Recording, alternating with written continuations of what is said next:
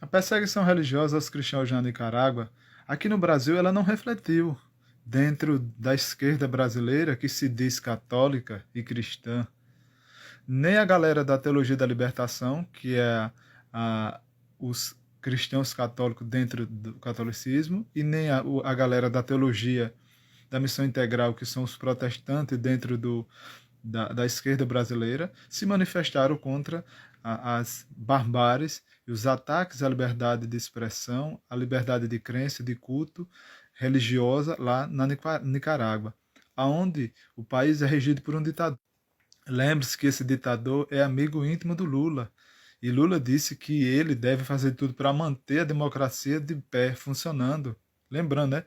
Um ditador que rege um país com mãos de ferro, está fechando igrejas católicas, perseguindo cristãos, perseguindo os líderes religiosos como os padres, fechando templos, e eles chamam isso de democracia. Só que os cristãos católicos e protestantes de esquerda se calam. Eles não usam as redes sociais para protestar, para ir contra esse sistema de perseguição. Você não vê o Lula fazendo militância, fazendo crítica, dizendo que essa perseguição deve acabar, que os cristãos não podem ser perseguidos. Por quê? Porque ele disse que tem que respeitar a soberania de um país que é uma ditadura e é regido por um ditador.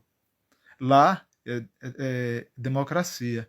Lá ele respeita a soberania. Aqui no Brasil, que é uma democracia, que o líder foi eleito pelo voto do povo, ele diz que é um ditador e um genocida. Lá é um democrata. Lá é uma pessoa que luta pelas liberdades, perseguindo cristãos. Lembrando que esse Lulinha Paz Amor, o ex-presidiário de Nove Dedos, ele se diz católico, mas ele não fez nenhuma militância, ele não fez nenhum tipo de resistência, não foi para as ruas, não usou as redes sociais para condenar a perseguição aos católicos lá. Ele se calou.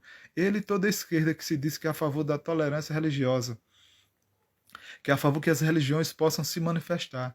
Você não vê os partidos de esquerda se manifestar, você não vê os líderes dos partidos se manifestar, você não vê os políticos dentro do Congresso Nacional de Esquerda se manifestar. Sabe por quê?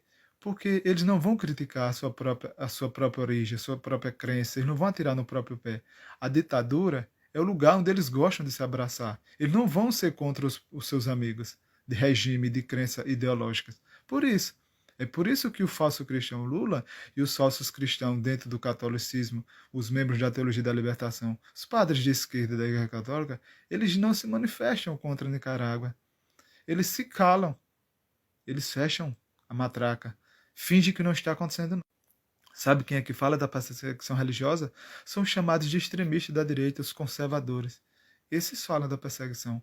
Mas os de esquerda, que são os do bem, os a favor do ecumenismo, eles ficam calados. Eles fingem que nada está acontecendo. Eles não usam as redes sociais, não vão para as suas celebrações religiosas manifestar o seu repúdio à perseguição aos cristãos católicos lá na Nicarágua. Sabe por quê?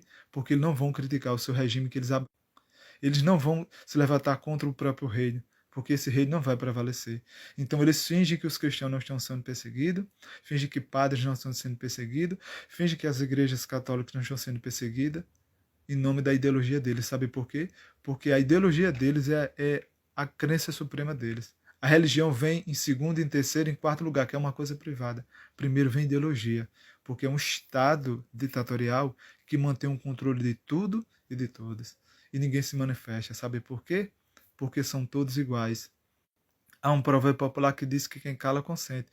Como é que você se diz cristão, seja católico ou protestante, e você não se repudia, e você não fica revoltado com o que está acontecendo com os cristãos nos países aí, comunistas, nos países onde a perseguição religiosa é ferrenha? Como é que você diz isso? Aí você tem um candidato a presidente da República, um rapaz de uma alma mais bondosa, aquele rapaz que diz que sofreu mais do que Jesus Cristo, que apanhou mais do que Jesus Cristo, e que faz aliança com qualquer tipo de entidade para ganhar as eleições, ele não se manifesta.